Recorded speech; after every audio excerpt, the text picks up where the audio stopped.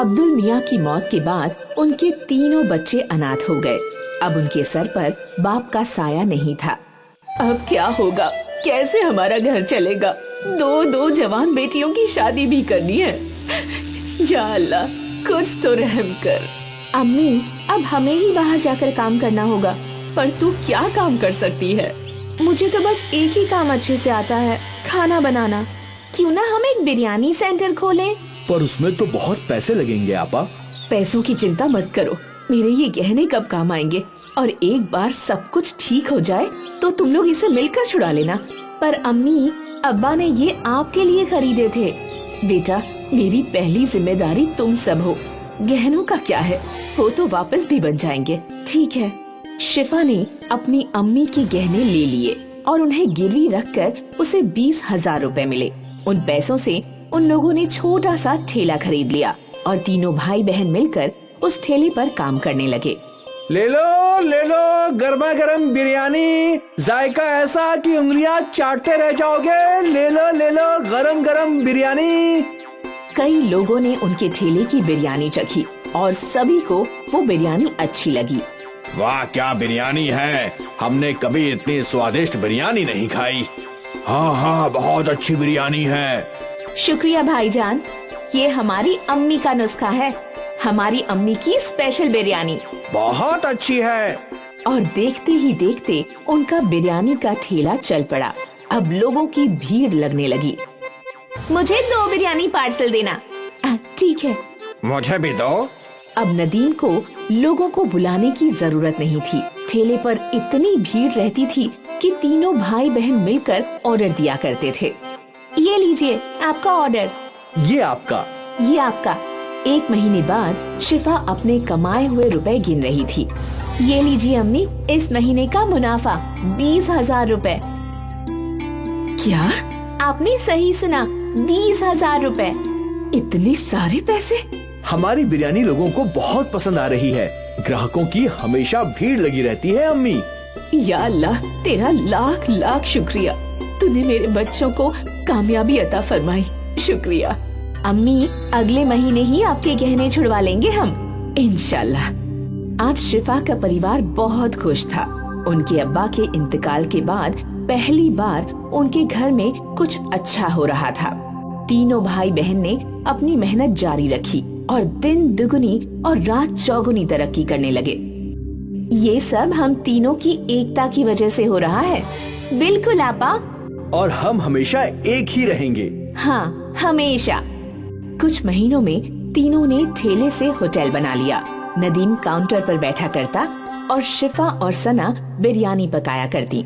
नदीम भाई, वही स्वाद है ठेले वाला। बिल्कुल, यही तो हमारी अम्मी का नुस्खा है। भाईजान, जायका कभी नहीं बदलेगा। लोग अक्सर इनकी बिरयानी के स्वाद की तारीफ किया करते थे। धीरे धीरे इन्हें पार्टीज के केटरिंग कॉन्ट्रैक्ट भी मिलने लगे। भाई, मेरे घर कल एक पार्टी है, 100 लोगों की बिरयानी चाहिए। जी बिल्कुल मिलेगी ना, पर वही स्वाद चाहिए जो हम यहाँ खाते हैं। बिल्कुल वही जायका रहेगा, आप बेफिक्र होकर ऑर्डर दे जाइए। तीनों भाई बहन बहुत खुश थे कि उनका कारोबार बड़ा होता जा रहा था। फिर एक दिन क्या हुआ, ये ऑर्डर अब तक गया नहीं। वो कादरी साहब के घर में निकाह था, पर किसी कारण से वो निकाह टूट गया, तो अब ये खाना नहीं जाएगा। या अल्लाह, बहुत बुरा हुआ। तुम एक काम करो, ये खाना गरीबों को खिला दो, कम से कम कादरी साहब की दुआ मिलेगी। ठीक है आपा। अपनी बड़ी बहन के कहने पर नदीम ने सारी बिरयानी फकीरों में बांट दी, पर उसका मन नहीं था। जब वो होटल लौटा तो सना वहीं थी। आपा कहाँ हैं? वो तो घर गई हैं। मुझे समझ नहीं आ रहा कि आपा ने इतनी सारी बिरयानी गरीबों में बांटने को क्यों बोल दी। क्या बोल रहे हो तुम? सना आपा, आज कादरी साहब के घर पर निकाह था। उन्होंने 300 लोगों की बिरयानी का ऑर्डर दिया था, लेकिन किसी कारण से उनके घर का निकाह टूट गया, तो अब बिरयानी बच गई थी। मैं सोच रहा था कि हम बिरयानी बेच देंगे, पर आपा ने बोला कि सारी बिरयानी गरीबों में बांट दो। ये तो सही फैसला नहीं हुआ। हम उस बिरयानी से भी पैसे कमा सकते थे आपा। हाँ बिल्कुल, हमारी आपा बहुत नेक दिल है, इसीलिए उन्होंने सोचा होगा कि जब हमें बिरयानी के पैसे मिल गए हैं तो क्यों ना बिरयानी गरीबों में बांट दी जाए। पर उन्हें दुगने मुनाफे का ख्याल आया ही नहीं होगा। हो सकता है। तभी शिफा वहाँ आई और सना और नदीम ने अपनी बातचीत बंद कर दी। सारी बिरयानी गरीबों में बांट दी ना? हाँ हाँ बिल्कुल। कम से कम कादरी साहब को दुआएं मिले, अभी उन्हें दुआओं की खास जरूरत है। जी। सना और नदीम अपनी बड़ी बहन के फैसले से सहमत नहीं थे। खैर, उनका कारोबार चलता रहा। उन्हें और भी बड़े बड़े ऑर्डर्स मिले। उनका होटल भी अच्छा चल रहा था। फिर कुछ महीनों बाद एक और ऑर्डर कैंसिल हो गया। नदीम, अंसारी जी का ऑर्डर कैंसिल हो गया है, तुम ये सारी बिरयानी गरीबों में बांट दो। ठीक है आपा। नदीम ने हाँ तो कह दिया, पर उसका मन नहीं था। बड़ी बहन के घर जाने के बाद सना और नदीम बातें करने लगे। क्या हम ये बिरयानी बेच नहीं सकते? अभी तो रात के 10 बज गए हैं, अब शायद ही ग्राहक आएंगे। एक काम करते हैं, इसे अंदर रख देते हैं, कल पहले यही बेचेंगे। हाँ हाँ, ये सही होगा। दोनों भाई बहन ने मिलकर वो बिरयानी छुपा दी। अगले दिन उन लोगों ने पहले वो बिरयानी बेची और वो दोनों बहुत खुश थे कि मुनाफा दुगना हो रहा है, और शिफा इस बात से अनजान थी। फिर क्या था, जब भी कोई ऑर्डर कैंसिल होता, अगले दिन वो बिरयानी सना और नदीम होटल में बेचा करते थे। ये सिलसिला काफी महीनों तक चलता रहा। एक दिन ये बासी बिरयानी एक रेगुलर कस्टमर की प्लेट में आई। नदीम भाई, कुछ तो गड़बड़ है, बिरयानी में वो स्वाद नहीं है। ऐसा कैसे हो सकता है भाई? हम तो हमेशा से वैसी ही बिरयानी बना रहे हैं। ठीक है। धीरे धीरे सारे कस्टमर्स को बिरयानी की गड़बड़ समझने लगी और उन्हें वो स्वाद पसंद नहीं आ रहा था। अचानक उनके होटल में ग्राहक कम हो गए। तभी शिफा सोच में डूब गई। अचानक ऐसा क्या हो गया? हमारे ग्राहक टूट क्यों रहे हैं? ऐसा चलता रहा तो कैसे चलेगा? नदीम को अपनी गलती समझ में आई। वो अपनी आपा के सामने रोने लगा। मेरी गलती है, मैंने और सना आपा ने बासी बिरयानी ग्राहकों को खिलाई। क्या? नदीम ने अपनी आपा के सामने सारी गलती कबूल की। ये तूने क्या कर दिया? ज्यादा मुनाफा कमाने के चक्कर में धंधा ही तोड़ दिया। अब हम कैसे ग्राहकों को वापस लाएंगे? हमें माफ कर दीजिए आपा। हमें नहीं पता था कि ऐसा कुछ हो जाएगा। तुम्हारे लालच ने सब कुछ बर्बाद कर दिया। तीनों सोचने लगे कि अब वो लोग क्या कर सकते हैं, और फिर अगले दिन शिफा को एक रास्ता मिल गया। शिफा ने एक बोर्ड लिखवाया, हमें माफ कर दीजिए, हमारी गलती की वजह से आपको बासी बिरयानी खानी पड़ी। हम शर्मिंदा हैं, इसलिए अगले एक हफ्ते तक हम सबको फ्री में बिरयानी खिलाएंगे। ये बोर्ड शिफा ने होटल के बाहर लगा दिया। कस्टमर्स ने बोर्ड पढ़ा और वो फ्री की बिरयानी खाने होटल में आ गए, और एक बार फिर उन्हें ताज़ी बिरयानी का स्वाद पसंद आने लगा। ये तो बिल्कुल पहले जैसी है। हाँ हाँ, मजा आ गया। भले ही उनको एक हफ्ते फ्री में बिरयानी खिलानी पड़ी, पर उनकी मुश्किल का हल निकल गया। उनके ग्राहक लौट आए और सना और नदीम को समझ में आ गया कि लालच बुरी बला है। एक बार फिर अम्मी की बिरयानी चल पड़ी। नील और आसिफ दो दोस्त थे। वो दोनों एक ही गांव में रहते थे और एक साथ बांस काटने जाया करते थे। हमें जंगल की निचली ओर जाना चाहिए। वहाँ बहुत सारे बड़े बड़े बांस के पेड़ हैं, लेकिन वहाँ जाने के लिए हमें नदी पार करना होगा। पर अगर आते वक्त नदी में बहाव ज्यादा रहा तो हम लौटेंगे कैसे? हम तभी उस ओर जाएंगे जब नदी का बहाव कम हो, और जल्दी जल्दी बांस काट कर लौट आएंगे। ज्यादा लंबी बांस से ज्यादा पैसे मिलेंगे, वो सोचो। ये भी ठीक है, तो कल ही चलते हैं। अगले दिन से सुनील और आसिफ निचले जंगलों में पहुँचे। यहाँ कितने मोटे मोटे बांस हैं और लंबे भी। व्यापारी इनके बहुत अच्छे दाम देंगे। हाँ। उम्दा बांस पाकर दोनों बहुत खुश थे। वे लोग उन बांस को अपने गांव ले आए। वाह वाह, बहुत दिनों बाद ऐसे बांस देखे हैं। अब इनके दाम भी अच्छे लगाना। हाँ हाँ, एक बांस के 200 रुपए। तुम दोनों 5 बांस लाए हो, इनके हुए 1000। 1000 पाकर दोनों बहुत खुश थे। वो पैसे दोनों ने आपस में बांट लिए। रोज छोटे छोटे बांस से बस 300 रुपए की कमाई होती थी, आज 500 रुपए की। अब तो हम जंगल के निचले हिस्से में जाया करेंगे। हाँ, उस दिन से वो दोनों नदी पार करके ही बांस लाया करते थे और व्यापारी भी उन्हें अच्छे पैसे दिया करता था। एक सुबह दोनों दोस्त जाने के लिए निकले थे। भाई माँ ने कहा है कि बाजार से कुछ चावल और मसाले लाने हैं और मुझे पनीर भी लेना है। तो चल पहले बाजार चलते हैं, फिर वहां से नदी पार जाएंगे। हाँ, दोनों काम एक साथ हो जाएगा। दोनों बाजार पहुंचे और उन्हें जो जो सामान लेना था उन्होंने खरीद लिया।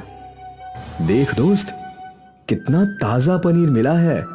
आज रात तो मेरी दावत है, मैं भी आऊंगा खाने। आ ना, तुझे कभी मना किया है क्या? चल अब नदी पार चलते हैं, बांस काट कर बेचना भी तो है। हाँ हाँ। और वो दोनों निचले जंगलों की ओर बढ़ गए। हमेशा की तरह उन दोनों ने नदी पार की और फिर जंगल में पहुंच गए और बांस काटने लगे। लेकिन अचानक बरसात शुरू हो गई। हमें घर लौटना चाहिए, नदी में पानी बढ़ने लगेगा। हाँ, बस ये एक बांस और काट लेते हैं। हाँ। बरसात और तेज हो गई। कुछ ही देर में उनका बांस कट गया और वो लोग बांसों को इकट्ठा करके नदी के रास्ते बढ़ने लगे। पर नदी में तूफान था। नदी में पानी बहुत ज्यादा है दोस्त, इतने उफान में नदी पार करना सुरक्षित नहीं है। हाँ, हम कुछ देर जंगल में इंतजार करते हैं। हाँ, उस ओर जो गुफा है वहीं इंतजार कर लेते हैं। दोनों गुफा की ओर गए। गुफा में पहले से कुछ सूखी लकड़ियां थी। इनको जला देता हूँ, थोड़ी गर्मी रहेगी। आसिफ ने जो सामान खरीदा था उसमें माचिस भी था। आसिफ ने उन सूखी लकड़ियों को आग लगा दी और दोनों दोस्त आग सेकने लगे। बहुत भूख लगी है यार, मुझे भी। सुन, हम कुछ बना लेते हैं। वैसे भी थोड़ा बहुत राशन तो हमारे पास है ही, पर हम कैसे बनाएंगे? हमारे पास बर्तन तो नहीं है। तभी आसिफ का ध्यान बांस पर गया। हमारे पास बम्बू तो है, बम्बू के अंदर खाना पका सकते हैं। कैसे? तुमने बम्बू बिरयानी नहीं सुनी? नहीं, बम्बू में बिरयानी भी बनती है, पर हमारे पास मांस कहाँ है? मांस नहीं है तो क्या हुआ, हमारे पास पनीर तो है, पनीर बिरयानी बना लेते हैं। पर कैसे? तू देखता जा। आसिफ ने 2 बांस के टुकड़े काटे। उसके पास जो चावल थे वो धो दिए। बाम्बू में चावल, मसाले, पानी, नमक और पनीर डाल दिया। फिर बाम्बू की एक ओर पेड़ के पत्तों को भर के बाम्बू को बंद कर दिया और फिर उन सबको अच्छे से हिलाकर जलती हुई आग में रख दिया। अब बस 20 मिनट में हमारी बम्बू बिरयानी तैयार हो जाएगी। देखते हैं। बाम्बू आग में अच्छे से सेकने लगे और जब बाम्बू पूरी तरीके से जल गए तो बहुत ही सौंधी सुगंध गुफा में फैल गई। लगता है बिरयानी तैयार हो गई है दोस्त। आसिफ ने वो बाम्बू बाहर निकाले और 2 केले के पत्ते लगा दिए और जैसे ही बाम्बू थोड़े ठंडे हुए और बिरयानी केले के पत्तों पर निकाल ली। दिखने में तो बहुत स्वादिष्ट है। अब जैसी भी हो, भूख लगी है, खाते हैं। चल। दोनों ने बिरयानी चखी और दोनों मंत्रमुग्ध हो गए और फिर दोनों बड़े चाव से बाम्बू बिरयानी खाने लगे। भाई, तू तो ऐसी लाजवाब बम्बू बिरयानी बनाता है ना कि क्या बोलूं। शुक्रिया। तुझे तो ये बिरयानी बेचनी चाहिए दोस्त। कहाँ मेहनत मजदूरी कर रहा है, इस बिरयानी को मशहूर होने में वक्त नहीं लगेगा। सच में? हाँ, तू कहे तो साथ में ढाबा खोलते हैं। हाँ हाँ, क्यों नहीं। जब बरसात थमी, नदी का पानी कम हुआ तो दोनों दोस्त सारे बांस लेकर अपने गांव आ गए पर आज उन्होंने बांस बेचे नहीं। अगले दिन आसिफ और सुनील ने गांव के नुक्कड़ पर अपनी दुकान लगाई। गांव वाले अचंभे में थे कि आखिर ये लोग बांस में क्या बेच रहे थे। अरे बेटा, ये क्या है? ये बम्बू बिरयानी है काका, पनीर की। बम्बू बिरयानी? जरा हमको भी खिलाओ। गांव के लोगों ने पहली बार बाम्बू बिरयानी चखी। अरे वाह, क्या कमाल स्वाद है आसिफ भाई। ऐसी बिरयानी जिंदगी में नहीं खाई, मजा आ गया। आसिफ और सुनील की बाम्बू बिरयानी गांव में मशहूर हो गई। ग्राहक कतार में खड़े रहकर बाम्बू बिरयानी खाने लगे। आसिफ और सुनील की आमदनी कई गुना बढ़ गई। और फिर क्या था, सुनील और आसिफ ने मजदूरी छोड़कर बाम्बू बिरयानी बेचना शुरू कर दिया। वो लोग दिन दुगनी और रात चौगनी तरक्की करने लगे।